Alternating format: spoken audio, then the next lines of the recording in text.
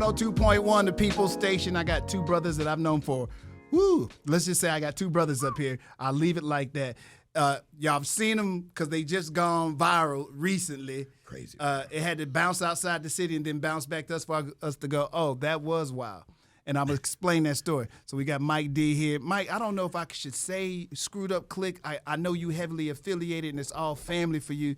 So I feel comfortable by saying S.U.C. Okay. If nothing else but S.U.C. Yes, sir. And then, of course, it's Tulo over here. He's the funky little brother. Literally just looked at the CD the other day. I didn't want to look too bad. Like, I'm going to get him the autograph. Nah, I said, no.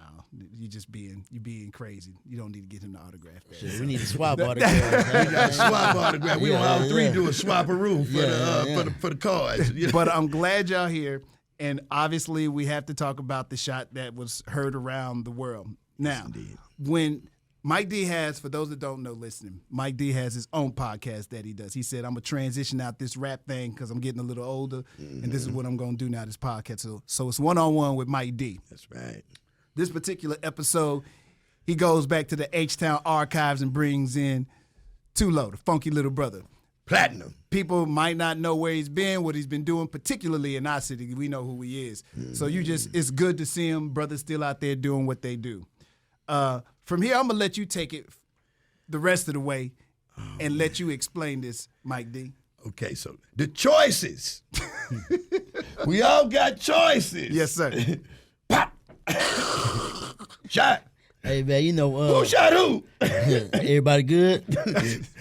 Oh, no. Oh, no. Okay, man. So check it out, Adam, man. It like you said, like it was just another day at the office pretty much. It took him a few minutes before we realized the firecracker went off. You know what I'm saying? So at that moment, I had my headphones on. Mm-hmm. So, you know, they cancel the noise around you. So when I heard it in my ears, it was a, I said, somebody pop. Then I heard him say, hey, man, did Lowe get hit? I said, he shot. Who shot who? That's why it looked like I'm gangster. I love to take that gangster card. You look mighty gangster, yeah, too. people like, man, he's a G. You know? I'm sorry, y'all. The appropriate thing to do if you hear gunshot is to duck. That's right. Get out the way. Yes, nobody's tougher. So I didn't know what was going on. And when I looked at his face, it told me everything. Well, he didn't look, Tulo, you didn't look afraid to me either. You're like, oh, man, mistake just happened. Yeah. He was trying to clean his pants off. He talking about, man, my pants. That's cool. Both look very, very cool. We from Texas. Could have all totally went a different way. But I do want to say you're all right. You didn't have to go to the hospital. Everything is good to go. So we do want to clarify that because some people, they don't know that you're good to go. Yeah, you know, people going to flip narratives. Yeah. You know, to the best of their clickbait. You know what I'm saying? So it's like, and it's sad that, you know what I'm saying, I had to get with Carleone and, like, have conversations with him where it's like, man, you know, we can post all our new music videos, turkey drives, whatever, get 2 likes, 1 share, but then something negative take us all the way to Pluto. Literally. Life. But you have to admit, this is not your ordinary podcast where somebody with some gun. Well, you know, we've seen people get into spats and things like this. I can't say that I've ever seen gunplay take place. Allegedly. And I can't say that I've ever seen it happen. Yeah, exactly. So it was surprising. But like I said, I did not even think about it until I seen, what's my man? Jimmy Kimmel. Jimmy Kimmel say, this is crazy. And I'll be honest with everybody. When I saw it, I did not respond appropriately. I saw Mike D. I saw Tulo, like, oh, damn, Tulo. That's what's up. I saw the shot, bam. I said, boys be tripping. And I just kept moving. I didn't think. Welcome to Texas. I didn't think he heard, this is crazy. I didn't think none of that. I just thought a regular day in the city. I got a problem. Obviously, a lot of us have problems here. Now, outside of here, they responded the way you're supposed to respond. Hey, man, boy just shot a gun. One didn't react. The other one's still cool. Like, he dusting off jeans and all kind of he stuff. He just Cadillac-ing. But I'm glad that y'all okay. But here's the other thing. I don't want to say it's a negative. It's a moment. Yes. It's a moment that's gone viral now. And I know this podcast is really, really important to you. This is the next thing that you stepping into. You got great guests. You're trying to keep the history of the city alive as well. That's right. But this is something that's really important to you. So it also helps you a lot. Oh, I can't put it in words, man, because before Jimmy Kimmel got it, we went to sleep, it was 1 million plus. Mm-hmm. When we woke up, we were well over 50 million across all social sites. So you got Greenbox that picked it up on the West Coast from Slim Thug's page. He did the same thing you did. He was like, man, he didn't even want to put tags on it because he like, it's like crazy. Right, right. But I got to laugh at my brothers because me and Slim Thug kick plenty jokes. Absolutely. You know how we do. Yeah, so he was like, he didn't think it, nobody thought, not to that magnitude. Mm-hmm. So when we woke up, it was over 50 million TikTok, Twitter, IG, across all social media platforms. Later that day, it surpassed over 100. When Jimmy Kimmel got it, he actually he addressed it correctly. Everybody else was saying a podcast and a rapper. Yeah, they didn't say your name. Shout out Jimmy Kimmel. I didn't like when he did the Mike D. That's the other funny thing that Jimmy Kimmel did too, though. I never thought, when I heard Mike D, I've never confused, and maybe because I'm here in Texas. I'm here in Houston. I've never thought Mike D Beatsy Boys. I can see how the rest of the world would do that, though.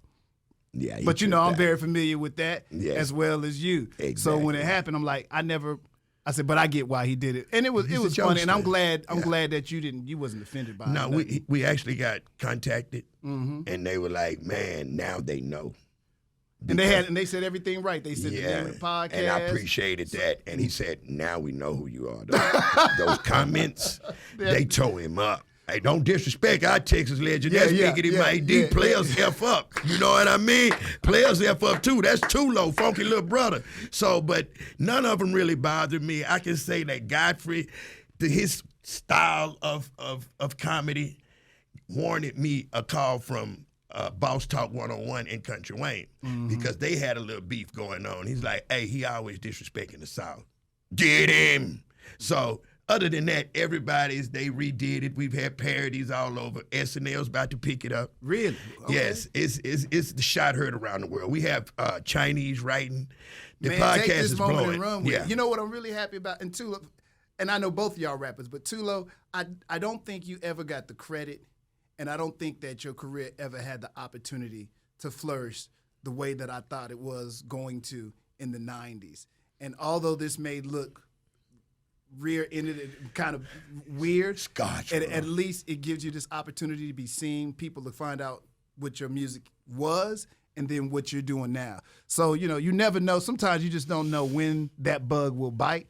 But sometimes when it bites, you just got to run with it. Yeah, that's my mentality. Yeah, so I'm happy people even know who you are because I just think you're one of our Houston talent that never got the opportunity to really, really blow bigger than people in our city knowing about you. So I know it seems like a weird thing to say. I'm happy that they know who you are, though. So now there's some people that got your name in their mouth and they know who you are. They're going to do some research. They're going to do some research and find out who is Tulo? Who is Mike D? Oh, Mike D. Mike D is on my favorite Fat Pat record. Okay, that's me personally. I just had to throw that out there real quick. That's right. But then there's people who are well now at the levels of where like I came in the game at. So it ain't no local. 12 years old, Rap a Lot Records, and Scarface, and RIP AWOL. Yeah.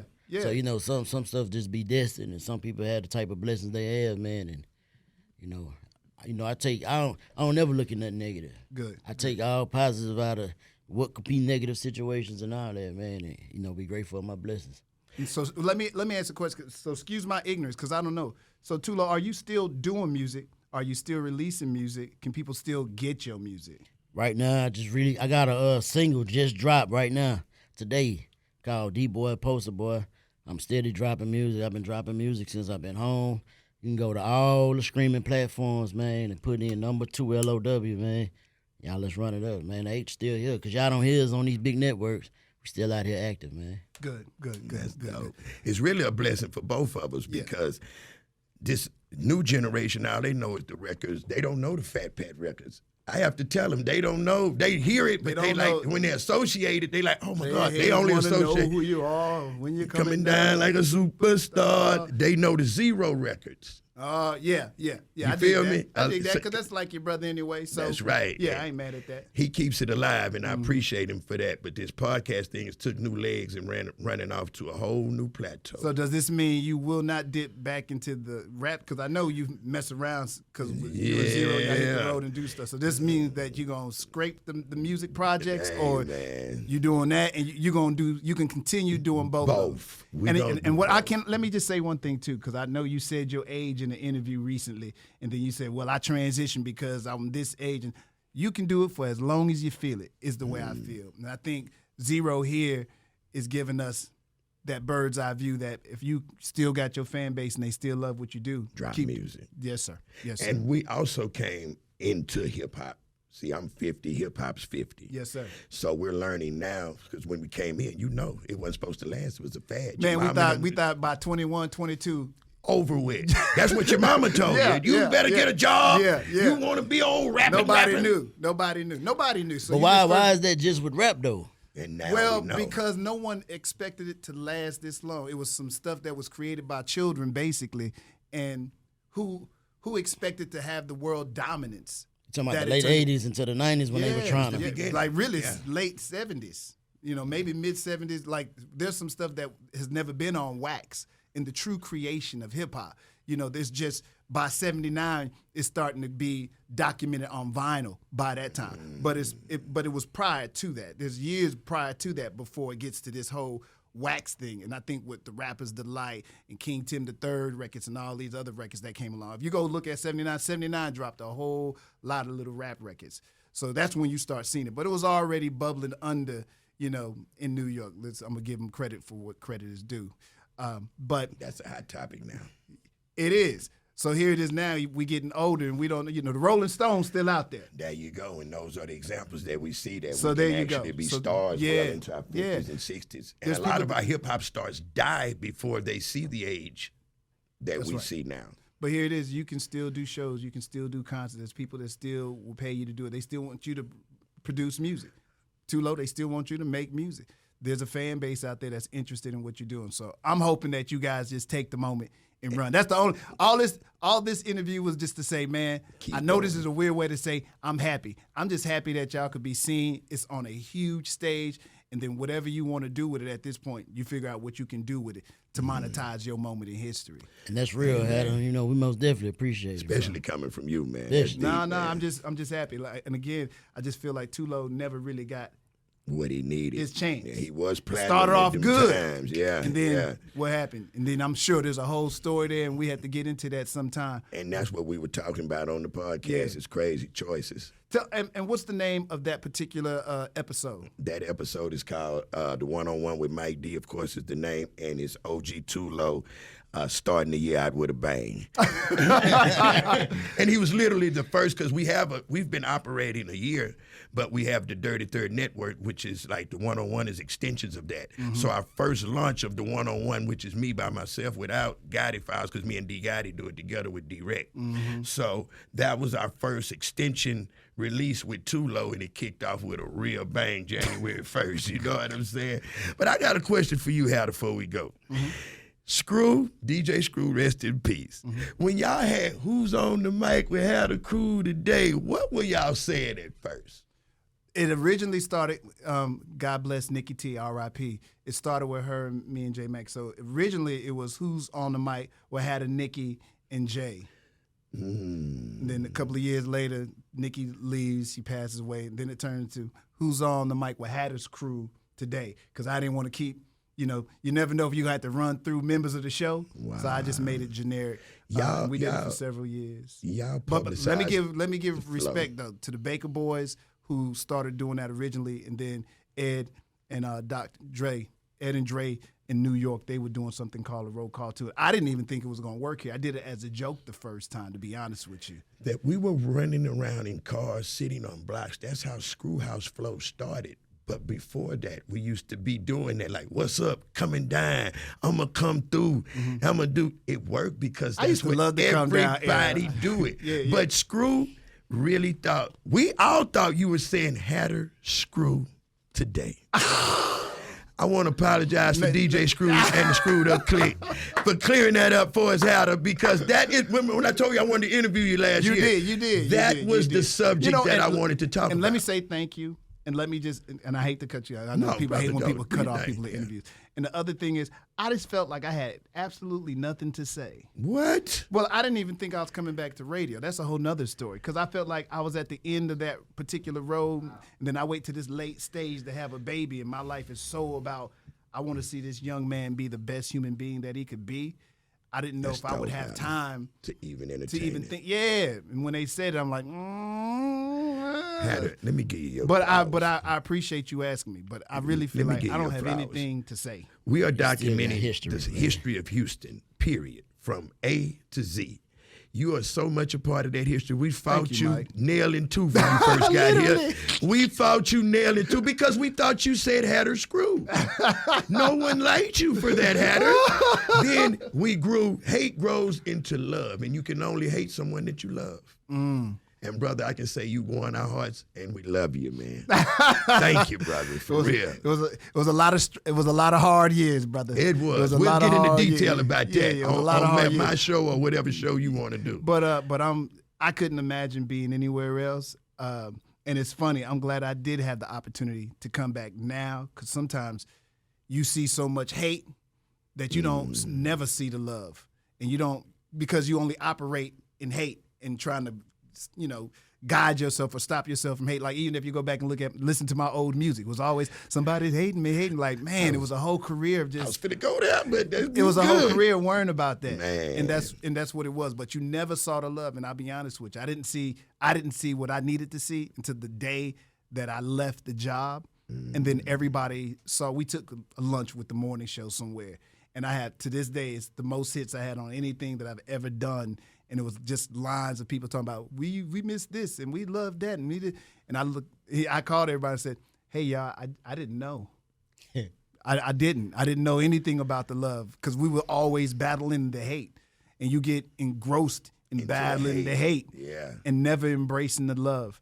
So it's good to be able to get older, to feel love and to give love, because my whole purpose was always to give love. You know what I'm saying? But, bro, after you get battered down so much and misunderstood, you're like, You guided the Screw era. Oh, don't say that. No. Take that back. From the radio. Take that back. Perspective. You guided from the radio perspective. I got you. Now, I don't care what they say, Howdy. You need to hear this. Yes, sir. You drove that car and made it a force on this radio. Without you, we don't get that. You need to know that. Mike D. Thank you, brother. Okay. I'm just saying we're getting into a dangerous area. Anything with the Screwed Up Clique, thank you. Thank you. There's no one better. Screw, Hawk, Pat, me, Kiki, we originated the Screwed Up Clique. Yes, sir. If Screw was here, he'd be right here telling you what I'm telling you. Thank you. I appreciate it, man. No, I really, really do. Salute to you, Mike D. You always been good to me. Even when y'all was mad at me, you was still good to me. Amen. Tulo, I still want to see you blow up. I don't care when it happened. I think you deserved it. I don't know what curveballs was thrown there. Every now and again, you just be lifing, as they like to say. But I hope that y'all both take this moment and really make some monetary moments with it, if you know what I mean, man. And once again, man, we appreciate y'all. And keep the gun on safety. Allegedly. Or who shot who?